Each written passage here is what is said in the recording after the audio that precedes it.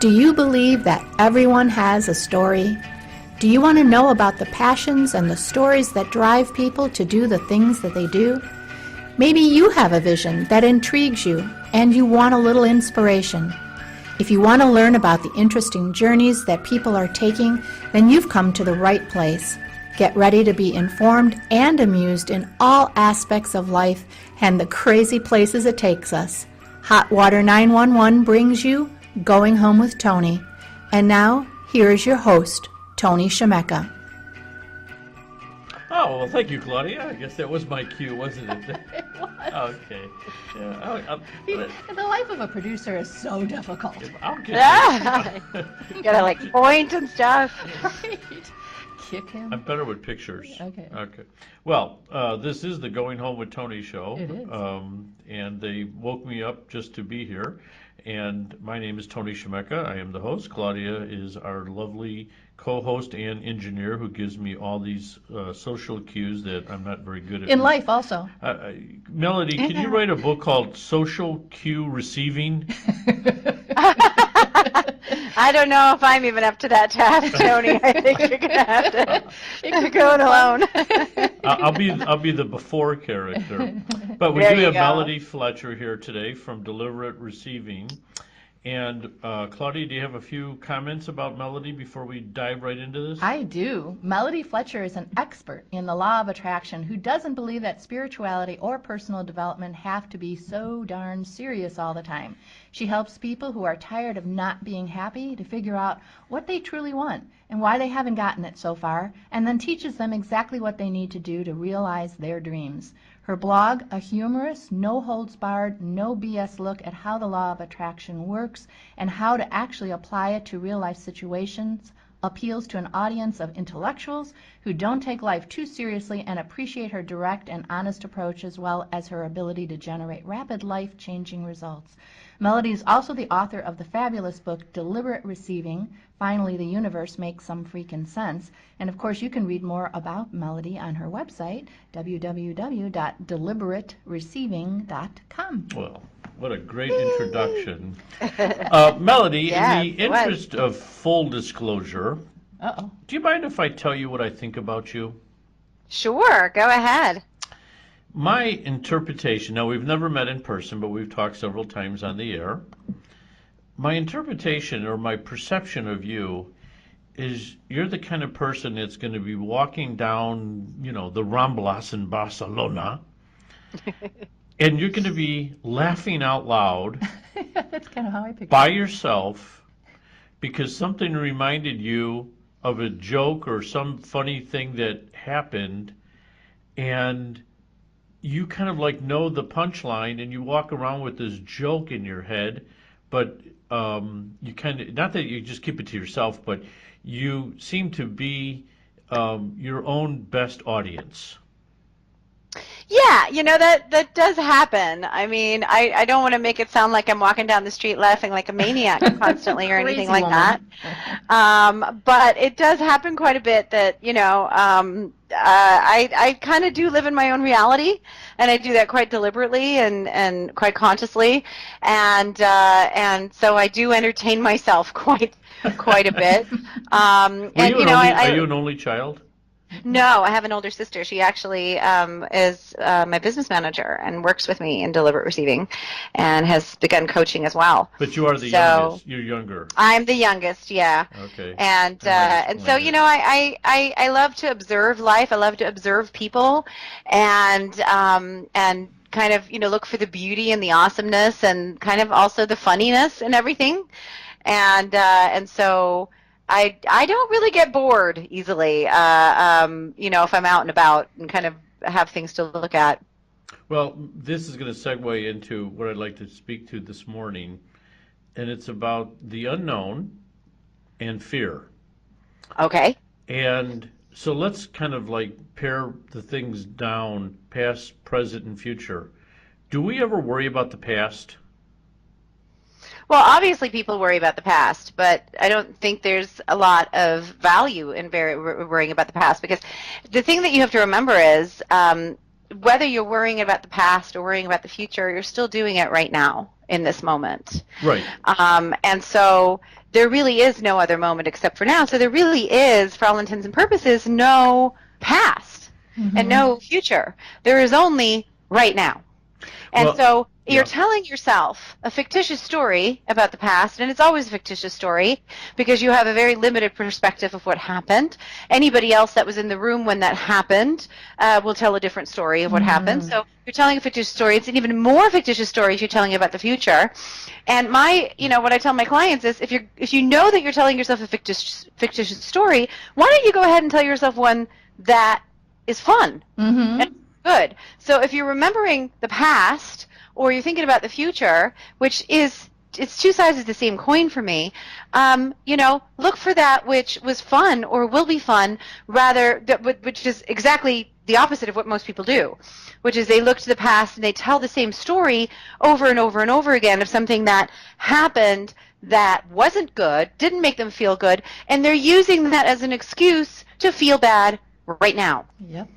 So, all right, that's all easily said, but Not remedied. hard to take in and change one's life. My interpretation of past, present, and future is I don't think we worry about the past, but I think we have a tendency of possibly lamenting, what we could have done differently or if things would have gone my way. We also look at the past as I'm losing my train of thought here, the thing not to do in the future. So we use that kind of like lessons learned. Right. I'm not gonna marry that kind of girl again.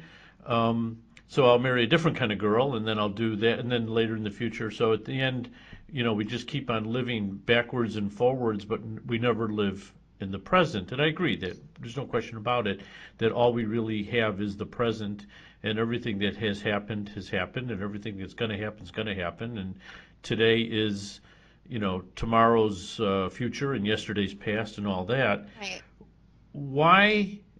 What happened when we were kids and we were going to go on vacation?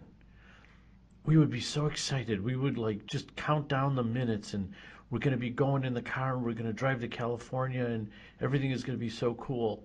What happened when we became adults and we said, oh my gosh, what's the traffic going to be like? I hope it doesn't snow. And what are we going to do if we have a flat? And, if the baby acts up, I just don't know what I'm going to do. What happened? Where did we become so doomsday-ish? Well, a lot of it is that we just decided to follow the models that we were given. So our parents worried, and so we became worriers. We, were trained very much we talked about this in the last podcast a bit. We were trained to look at the negative just in case, because we feel safer knowing all the possibilities of what could go wrong so that we can steel against them. And we have, this thing called life experience. But again, this ties so perfectly into the statements that I just made. It's a very selective experience. So we look at all the bad things that have happened to us and we try to protect ourselves from those happening again. And that just keeps our focus generally negative. Instead of we could do the same thing and just go, oh, well, the last time I left the house, it was awesome. So I expect it to be awesome again, and as a kid, you have less of that experience to draw from. So you haven't yet learned to be as negative. You haven't yet learned to focus negative, because it is a learned behavior. Absolutely. So you said steal against. What is it? That's a cool expression. I don't know what that means. Protect well, ourselves. to protect yourself, to create a protective barrier against things that could come in. So if I am anticipating that something bad is going to happen, then I'm hopefully going to be aware of it before it comes, and then I can protect myself against it. But in that moment, you're already sort of focused on the negative. So I bet that the parking lot's going to be crap. But we never take it, because you can actually work with that kind of thing if you realize that you're having that kind of thought. But we never take it into the positive. So if somebody says, well, I bet the parking lot's going to be really full and we're not going to get a parking space, you can take that and then shift it and say, well, is that what I want? No, that's not what I want. Well, what do I want? Well, I want to have a parking space right up front. Oh my gosh, well, that feels a lot better to me to think about having a parking space right up front. You see, it's that turning it around and saying, well, that's what I don't want, and you can use that to figure out what you do want instead, and then focus on that instead, because people don't realize how powerful their focus is, Totally. And I wanted to touch on, because you made a really good point, and I want to touch on this point and expand upon it a little bit. You said, we use the past to learn lessons, and we think we have to look at the past and say, well, last time this happened in this situation, and so I'm going to try to prevent that situation from happening again. I'm not going to marry that kind of woman again, or I'm not going to take that kind of job again, or I'm going to, try to logically think my way into a better situation. But the problem with that is that we sort of do it the wrong way. We discount why we made the decision that we did. And we often use that information to beat ourselves up and say, well, I was just stupid, and that's why I made that decision. I was just blind, and that's why I married a person that ultimately turned out to be, a douchebag. But the thing is, we didn't know they were a douchebag when we married them or got into a relationship with them. We didn't know that the boss was a tyrant. We didn't logically know that. And could there have been signs that we can see in hindsight? Of course. But we didn't recognize them at the time. So we made the best decision that we could at the time. We had a manifestation, and we can learn from that by looking at it, but not in the way that most people do, in terms of logically figuring out, how do I protect myself against the situation, but rather, why did I make the choice that I did? So, for example, I might have gone out with a guy who turned out to be a douchebag. Well, in the very first date, he might have said something that kind of really rubbed me the wrong way. But I decided, in hindsight I can see, I decided to just gloss over that because, ooh, he's so cute. Or, ooh, has this and this on paper. He has his own job and he doesn't live with his parents and I'm lonely and I just want to get out of the house. And so you know what? He may have said this thing that really kind of rubbed me the wrong way, but I'm just going to let it go. And, and it just got kind of worse from there until it got so bad that I decided, crap, this guy's an actual douchebag. I can't do this anymore. But the signs were there. But you want to look at yourself not in terms of taking, blaming yourself and saying, well, why was I so stupid? But saying, why was I willing to put up with that? And why did I just gloss over that? And why? And what do I want to do so that I will not be willing to do that in the future? And would you then tie that in from the conversations we've had in the past? Would you then tie that into your law of attraction, so that that you made that decision, even if you had a couple of cues that you chose to ignore, it was a vibration that was the right one for that time for you. You needed to be with that person. Absolutely, because the reason that the douchebag showed up in the way that he did, meaning that, he had lots of good things, otherwise, he's just a total a-hole right from the beginning, you're going to be like, well, bye, I'm not going to date you. Sure. He has to be good enough to have something that attracts you so that you'll date him, so that he can get in. But the only reason that he came in is because you have a willingness to make that decision. You have a willingness to say, well, that bothers me, but that's not a big enough deal for me to honor myself and do anything about it. Let me go ahead and subject myself to this some more, because that's not really important enough for me to do anything about. Yeah, that was kind of disrespectful, but not so disrespectful that I have to do anything about it. I'm willing to put up with some disrespect in my life, and I'm willing to put up with, and if you have that willingness, that will be mirrored back to you constantly. Yeah, and that's the only reason that comes in, is to get you, to challenge you to finally make that decision, is no, I am not going to put up with that anymore, because law of attraction can be like your best friend. It can be a bouncer that stands at the door and filters out all the crap. But only if you have set that filter first and said, I am not willing to put up with this crap in my playground. You must be this kind to come play with me in my playground. You must be this nice. You must be this intelligent. You must be this fun for me. You must be this awesome. Yeah? And it's sort of creating that list of what you want in a job, in a person, in a relationship, in a whatever. But when most people create that list, they create a bare minimum list. This is what I'd be willing to put up with. So clients will say things to me such as, well, I don't even really want much.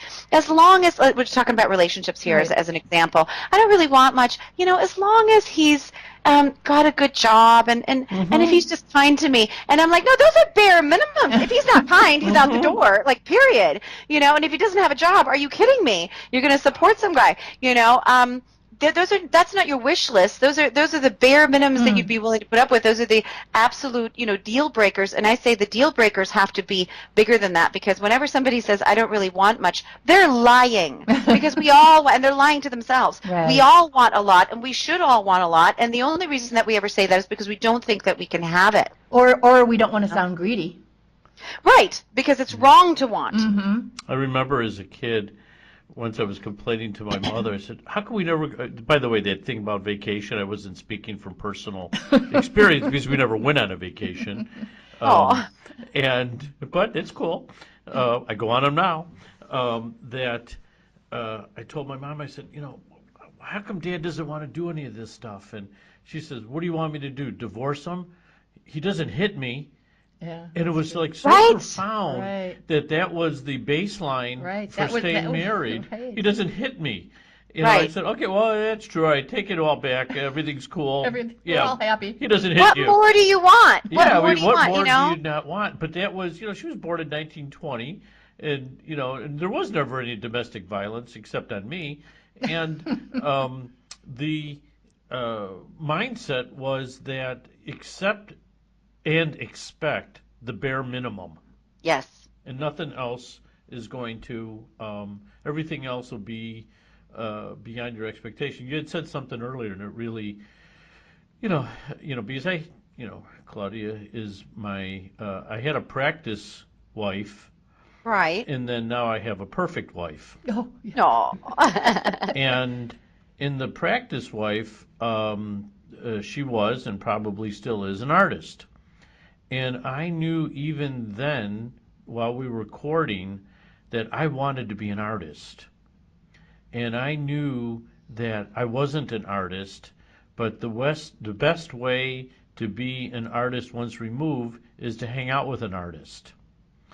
And once I hung out with the artist, then I took the blinders off and I realized the things that I wasn't seeing.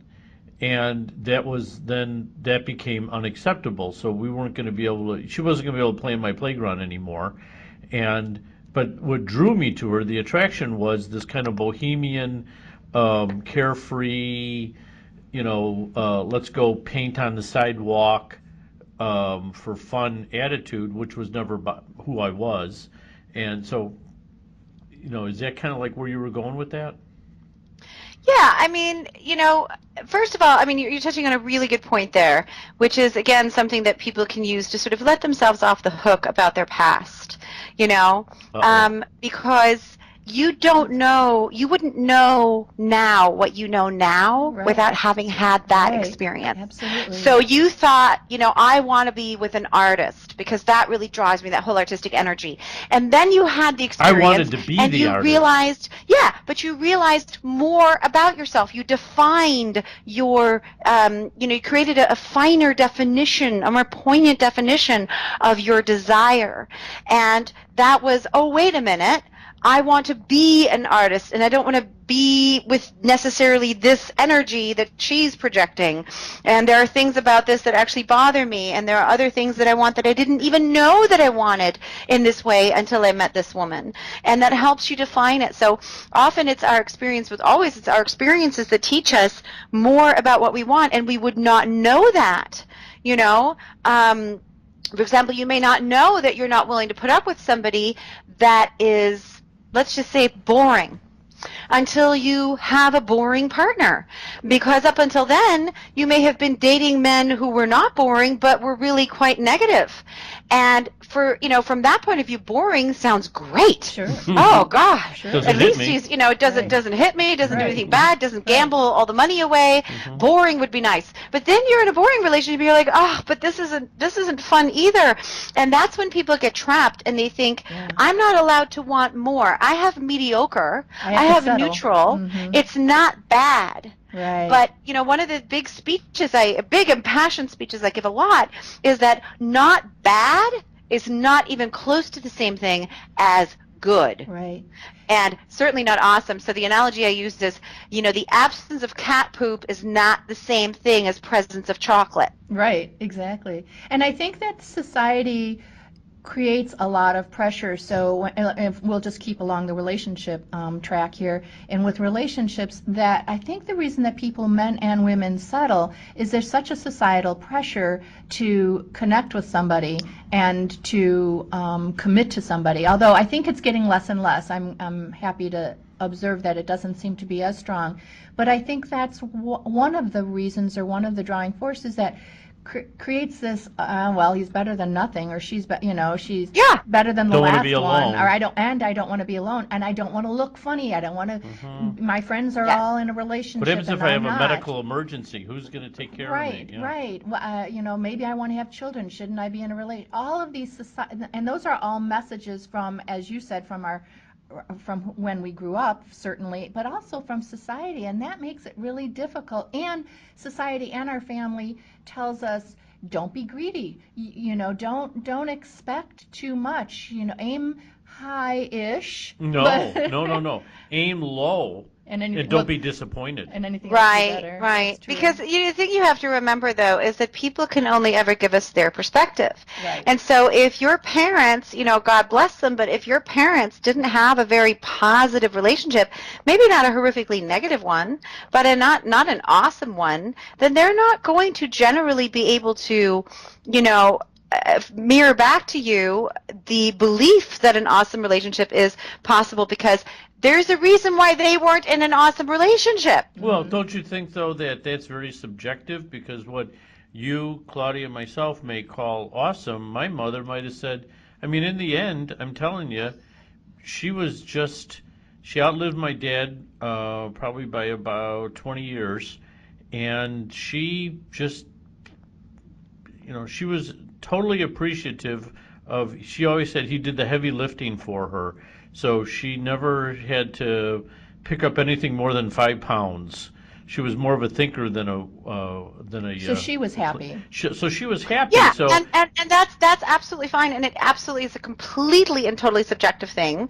Other people can't tell you what to want, but other people also can't tell you what your limitations are, and that's why this requires a level of awareness for you to figure out what is it that you really want, Right. Not just what you're willing to put up with. What is it that you really want, and not take on, well, this is what my parents had, and that would be good enough. When people use terms such as good enough, you have to be very careful. That's a very dangerous area. Not dangerous, dangerous, but dangerous in terms of you may be missing out on some real awesomeness, because what is awesome for you may be scary as hell to somebody else, or may sound completely off the rails for somebody else. It is a very personal thing, but we are always evolving, so the relationships that sound good to us may sound out of this world to our parents, and certainly to our grandparents, who were still coming from a paradigm. You have to understand that we're moving into a new paradigm now. I've talked about this before. I think two podcasts ago about the spectrum,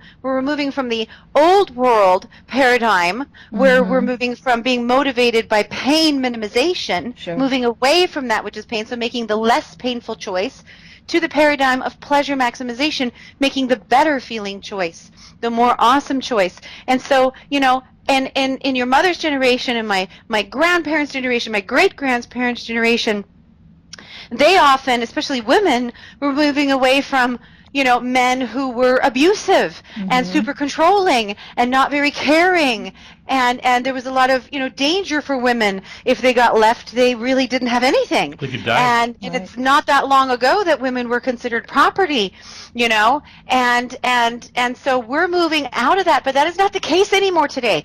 So we're moving out of that. So that's not even part of our decision-making process, although in some people's belief system it still is. So there really is this thought of, well, he doesn't beat me, what more do I want?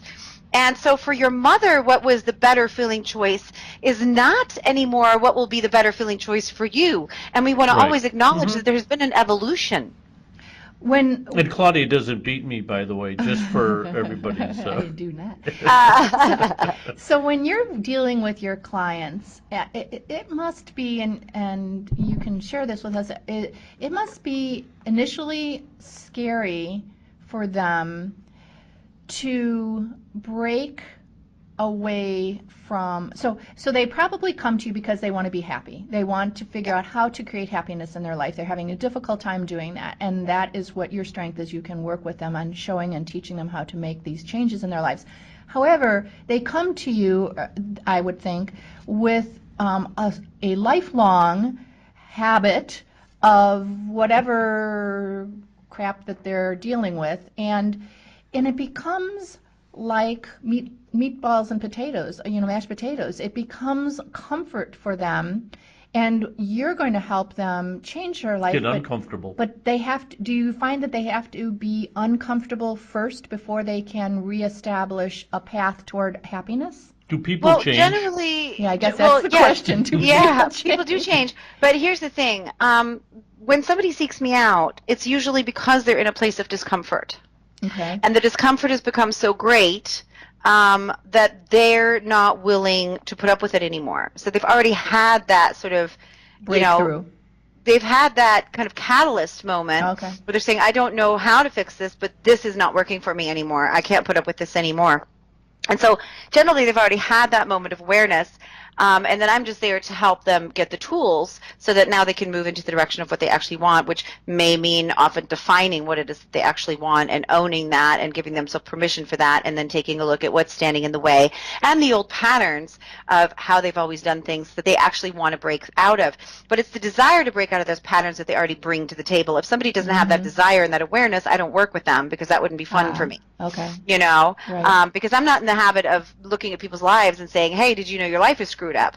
I mean, there's no benefit in that. If somebody has to have that realization for themselves, because again, it's a subjective thing, I don't like where I am, and I don't like where I'm going, and I want somebody to help me figure out where I actually want to go and how to get there. Well, that's where I come in. But I guess I understood that. I think that's what I would figure they would reach out to you in regards to. However, because it's a lifelong pattern that they want to get out of, do you find that there's a certain amount of comfort there because that is where they lived in, and that they want to change, and they're comfortable, uncomfortable couch. That they slip back, that they'll they know where the bad cushions are, right. And they got used to it. Yes, I mean, absolutely, and people have to have a certain amount of comfort. I always say, you have to be comfortable with the discomfort. Yeah. You have to make peace with the discomfort, because a lot of what I teach, has to do with actually stepping into the negative emotion and not trying to run away from the negative emotion, not avoid it anymore, which makes me a little bit different from a lot of other law of attraction teachers that just talk about, feeling better, and I'm saying, well, that's great if you can do that, but if you can't, then go 180 degrees in the other direction and actually step into the negative emotion and make peace with the discomfort, which, because people are afraid that they're just going to stay there, but they actually move through it to the other side where the awesomeness lies. So you have to have a willingness to take a look at those patterns. And what coaching, can help them with is so that they don't then get mired in self-blame, the whole like, oh, how could I be so stupid to have done that again and again and again, which is where people often are when they come to me, and then we move them out of that. Because that's not helpful when you're blaming yourself. I couldn't be so stupid, which is, why I already said you can help, you can use certain, perspectives to let yourself off the hook by saying, well, I did the best I could, and the decisions that I was I was choosing between bad and worse, and now I'm choosing between bad and good. So that's a different decision that I'm making now. I didn't even see that option before. Now that I see that option, of course I'm going to make a better feeling choice. But do people see that, and do they do it? Yeah, they do it. Of course they do it. Otherwise, this wouldn't be fun at all. No, I understand. And everybody moves at their own pace. Do people change? People do absolutely change. This is profoundly changing work. And that's the fun part about it, is because people start to change themselves and they start to change their energy, and it's so much faster than, and I'm not disparaging psychotherapy because everything has its place, but it is so much faster than psychotherapy because you're actually changing the energy underneath. So then your behavior, which is just a manifestation, automatically changes. And so making those choices is no longer something that you do out of willpower. I have to choose this better feeling thing. You do it automatically. And the way that Yeah, the way that I, always put it is if somebody puts in front of you, I'm just going to say a shit sandwich, yeah, and a McDonald's burger. Well, you're going to eat the McDonald's burger, of course, because you're not going to eat the shit sandwich. This is worse and not so worse, yeah. But then if somebody puts in front of you the finest chocolate known to man, do you really have to make that decision with willpower, or do you naturally just go for it? You see, but if that option wasn't visible to you before, you didn't even know chocolate was available, of course you went for the McDonald's. Right. Yeah? But then here's or just, a 3 Michelin star meal somebody's created. When you see that, it isn't a hard choice to make. So why do we take the path of least resistance, like water? Why do we always go for the low-hanging fruit? Well, because we make the best feeling choice we have access to. So a lot of this work is opening up the perspective so that you can see those better feeling options that you didn't even know were there and that other people did their best to discourage you from looking for. All right, so Melody, at what point is it not about the wife, it's not about the husband, it's not about son to daughter, mother, father, and it's just us in our own universe flying through this hermetically sealed bubble of water and rock called the earth, and that we're able to exist because, not everybody can or will rule out the people in their life to get out of their playground, that they do have to coexist in the world. What advice can you give our listeners that at the end of the day, you are in this by yourself and it's up to you to make it as good as possible? Well, here's the thing. I work with people where they are. And for some people, the message that they're really just in a holographic room by themselves and nothing else really exists and it's all just a hologram is scary as hell. And they can't accept that. And it doesn't bring them, because it defies too many of their beliefs in that moment. Right. And so does it put more they're responsibility on them so they stop blaming? Well, no, what it does is it shakes your identity too much. Your belief systems shape your identity. And this is what we talk about when people talk about something called ego death. Your ego doesn't actually die, but your mind thinks that your identity is being killed off. And because your mind, has a problem with death, it thinks that it's dying. And it will fight very hard against that. And so and there's no reason to do it that in such a sort of hardcore way, although some people really enjoy that. Yeah. And some of us are hardcore. But really, you have to understand that your identity comes from how you think the world works and how you fit into that world and how, you can function in this world. And if you defy that too much, it becomes very, very scary. And so I kind of lead people into it and take them as far as they want to go. Some people don't want to go that far down the rabbit hole. They just want to know how to have a pleasant life. And some people really want to get deep. Yeah, some people want to get deeply into it and fully get into there is no separation between me and anybody else, and we're all just one, and I can totally see myself in everything, and I actually created everything, and it's all beautiful and it's all perfect, and I can look at all the darkness in the world, and it's all beautiful and it's all perfect, and it's all my creation, and I am God. If you want to go to that level, fine. If you don't, fine. Yeah. You can go as far down this rabbit hole as you want, and there is no right or wrong in it. There's only what you want and how far you want to go. I always say there's no right and there's no wrong. It just is. It's just an is. Yeah. And so I work with people where they are and the belief systems because I like to work. We do profound and very quick work, but we do it as gently as we can and as gently as the person needs it to be, because there's no reason to create a psychotic break in somebody. Because if the example that I like to use is, and I think we talked about this a couple of months ago, of time not really existing. Time is an illusion. And time is, and a lot of people have a hard time wrapping their head around that. And so just to give a little bit of an example, everybody's had the experience of being so immersed in an activity that time sped up. They thought it was 20 minutes and it was actually 5 hours. Right. And we've all had the experience of thinking, oh my God, 5 hours has gone by, but it's only been 20 minutes, And so time really is quite fluid, and it is an illusion, but it's a really useful illusion for things to be linear, And for example, I had an experience when I was in a San Pedro ceremony in Peru where I sort of left consciousness. I kind of blacked out and expanded to all that is, and expanded much further than my conscious mind could allow. So I kind of blacked out and then came back out of time sequence. So the things that happened to me first were the things that actually came after the things that happened to me next. And it was profoundly disorienting. Wait. I think I need a piece of paper. I got lost in time there for a minute. So Right. what you thought had happened hadn't happened yet? Right. So I experienced a moment. Let's say if I was to put a timeline on it, Right. I would have experienced 3:15 and then experienced 3 o'clock. Got it. Wow. And and then experienced 3:45 and then experienced 2:30. It's good if you're And it paying was sort by of the hour. just jumped around like Yeah. that. It was profoundly disorienting, and I was able to handle it for that particular moment. That I have I have no idea how long this lasted, because again, time had no meaning in that moment, and it gave me a glimpse of what it is to be out of time. And yet I'm profoundly appreciative of the fact that normally my life is quite linear. I get up in the morning and time seems to pass, and then noon comes along, and then the sun goes down, and then it's evening. And it could be because I'm not ready to live my life out of time. Do you know every day? Do you know every day what day it is? I forget a lot. Does it matter? No.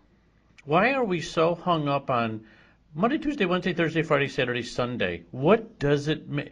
The wind doesn't know. Well, I mean, It's it's a useful tool, because if you want to get together with somebody and you're not both in this conscious place where you can simply say, when the timing is right, we will both be inspired to be in the right place at the right time and we will meet, then it's really useful to say, let's meet on Monday at 2 o'clock.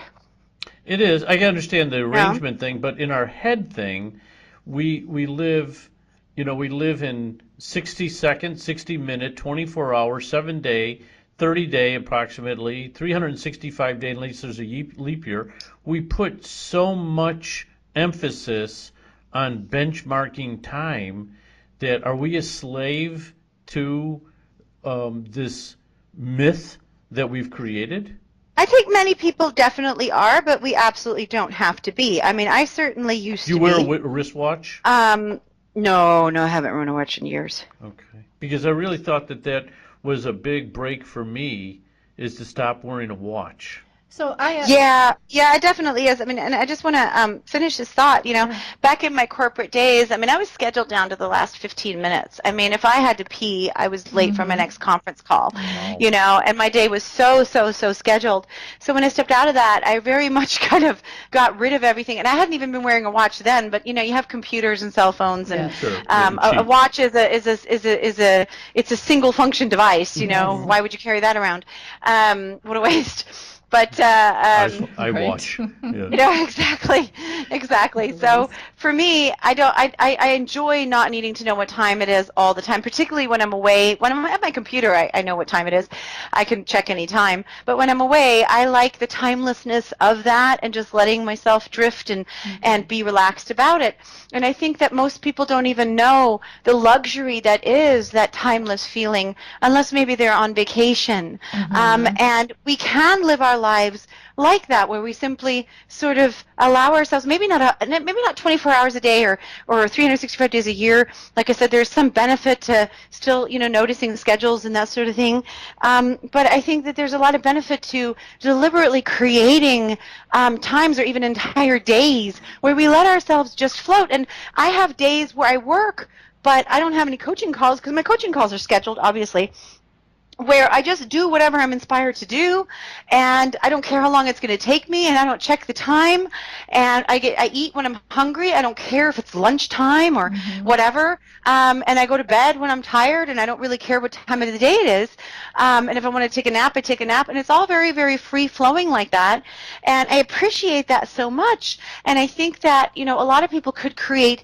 more of that than they do, because we do become so rigid about it, and we think that we have to be, because otherwise everything will fall apart and we won't get anything done. And, I talk to parents who are like, no, but I have to be structured with my children. They have to go to bed at a certain time every night.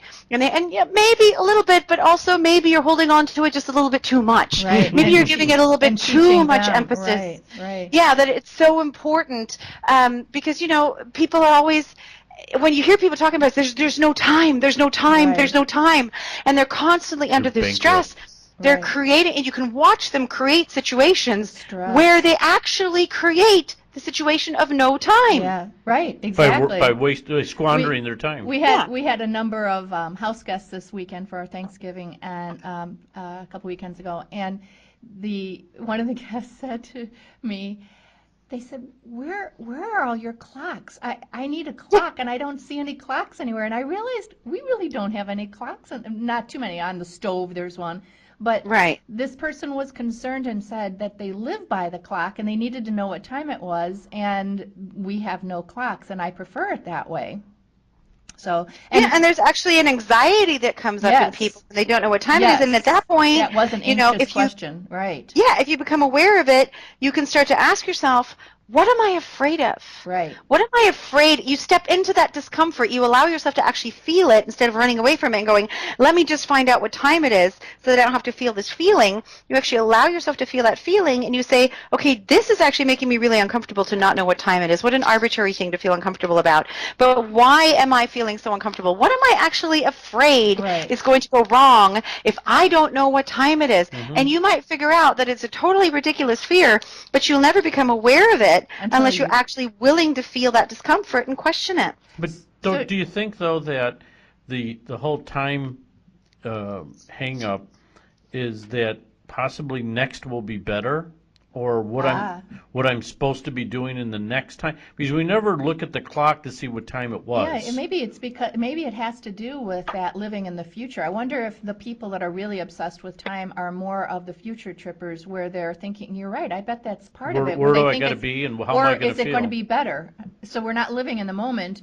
The next moment at 4:45. Let's ask is, the expert. Okay. Melody Fletcher. Yeah, no, definitely. Yeah, definitely not living in the moment. Definitely living in the future. And it may be, I think for most people it isn't, a desperation thinking the next moment's going to be better. It's rather that something will go wrong and I won't get it all done, and I have to fit it all in. And oh no, it's already 5 o'clock and I'm still meant to do this and this and this, and I should be doing that. Sort of it's a fear. It's a real fear, which is why, just like with your house guest, it's an anxiety that comes up around time. A lot of people have a tremendous amount of anxiety around time. Well, I just had a major breakthrough with, believe it or not, television. We are getting rid of our television programming that they program what they want us to watch when they want us to watch it. Yes. And with this new programming, I think it's called Roku. Streaming. Yes, Roku. Roku, and it has all these different services. It's a streaming media. Basically, you could watch anything you want, anytime. And I just felt so, oh my God, now it's up to me to take control over what I want to watch when I want to watch And it. if you want to watch And it. if I want to watch, because, well, I always had the if because I could surf, but it was the what I want to watch when I want to watch it, because in the past, I could only watch what they wanted me to watch when they wanted me to watch it. Right. So it's really, so you know what I find myself doing? Watching nothing. Because I haven't taken on the responsibility of decision and choice that I can watch anything I want when I want to watch it. So now it's so disconcerting that it's on me now that I'm not interested in watching it anymore. I mean, so what's up with that? Yeah, but rather than be disconcerted about it, I think it's absolutely beautiful because, before you may have been watching things that you didn't even really want to watch just because you were afraid that you would miss out on them. Right. What if I want to watch it later, then I can't watch it later. Right. Oh, totally, And now you totally. can watch it anytime you want. Perfect, You may be perfect, discovering perfect. that you don't really want to watch most of that stuff. Yeah. Exactly. Yeah, I mean, I'm like, the only thing that I could watch in real time is CNN, and it's just the same regurgitated, blah, blah, blah, blah, blah, blah, blah. Yeah. And it doesn't, so it's such a, it's a great conundrum, but it's also a Yeah. thing that I have It's to a take on freedom. responsibility. It's also a freedom. It is a freedom. And You know? responsibility and freedom is scary. So, if you were to predict the future, and let's say everybody really gets that Melody Fletcher knows what she's talking about here, and has all understood, they all understand the law of attraction, they understand deliberate receiving, they're on this track. Do you see that there will be this timelessness that will happen to us as humans if we go and if we evolve in that direction? Will we experience, in your opinion, will we experience what you experienced in Peru when you had that kind of out of time experience? Do you think that is actually what all humans are capable of? And if we live this life of making choices, of being happy, of creating timelessness for ourselves, is that going to be where we can be? Well, I mean, to tell you the truth, I think that we're a long ways off from Probably. How much not time will that experiencing take, linear Melody? time. Yeah, how much time? Because I think there, like I said, for me personally, there's great value in linear time. Yes. But I think that that we can definitely get to a point, and I have no idea when, as a humanity, I think that everybody can direct this for themselves and decide that that's what they want to move into and start moving in that direction. And I think as a planet, we are moving more and more into that direction, and you can see that as evidenced by the fact that people are starting to want to make choices in their programming, or when, even work schedules. A lot of people are starting to work, from home and working schedules that are their own and creating their own hours. That's happening more and more. Well, But I think that we will move towards a space where it is going to be all about trusting your inspiration and meeting up with people, not because you've made an appointment, but because it's just the right time, and then you just happen to meet. You go to a cafe, and there's your friend at a cafe, and now you have a great conversation, and you musicians coming together, and suddenly there's a concert spontaneously, and people are drawn to it. And I think that, that's what I see happening more, rather than us moving into a space where time has no meaning, because I got to tell you, I experienced it, and I'm not sure how I would ever use that. I think that was a teaching moment for me, not necessarily a state that I want to live in, because I'm not sure how useful that would be to jump around in time, although, of course, we can use that when, we can place our focus on different points in time, and we can jump around that way, but I'm not sure how useful it would be to live life like that. Well, speaking and of maybe time, that's just my own limitation, because there may be people on this planet right now who very much can see that in a useful way. Well, since we don't have watches, we've run out of time. And this has been the Going Home with Tony show. We're at Tony and Claudia, and this is Melody Fletcher from Deliberate Receiving. If we could just start taking these lessons and putting them into real time, and there's one thing that we can't deny is that we've had this conversation. So I think the foundation of change starts with speak. And we've had this conversation. So, Melody, we really want to thank you for your time, because we know it is valuable, and we just really are very deeply appreciative of you. And we want to remind our listeners, because really, Tony and I, at the end of each episode that we are with you, Melody, we just talk about it for days and days and days. You are so inspirational and eye-opening. You just allow people to really think about other possibilities, and I really believe that that's what our listeners will gain value from. And us. And so I would highly suggest people go to Melody's website, which is www.deliberatereceiving.com. You can find her on Facebook. When they have time. When they have should time, make time when for they make that time, one. They should make time for that one. You can find her on Facebook as well. Her blog on her website is fascinating. You just never want to stop reading it, because you learn and you see more incidences. She'll have people that are asking questions, and she will answer these questions. You can go to her YouTube page and watch her videos where she answers clients' questions or readers' questions, and she's just fascinating. So www.deliberatereceiving.com, and Tony's right, we're really grateful for you, Melody. You're a cool girl. Thanks, Melody. I'm grateful for you guys. Thank you so much. We love I love you. it. You too. Hey, wait a minute, wait. You didn't say it back. You left I it out did. there no, you just said, me too. No, I said love you too. I didn't hear. We're gonna play the tape back. Oh my gosh, Fletcher. Tony, needy much? That was like no a kidding. 900-pound matzo ball sitting out there. And next time we get together, we're going to talk about being needy. Yes, and love. There we go. There we go. Thanks, Love Melody. me. Love you.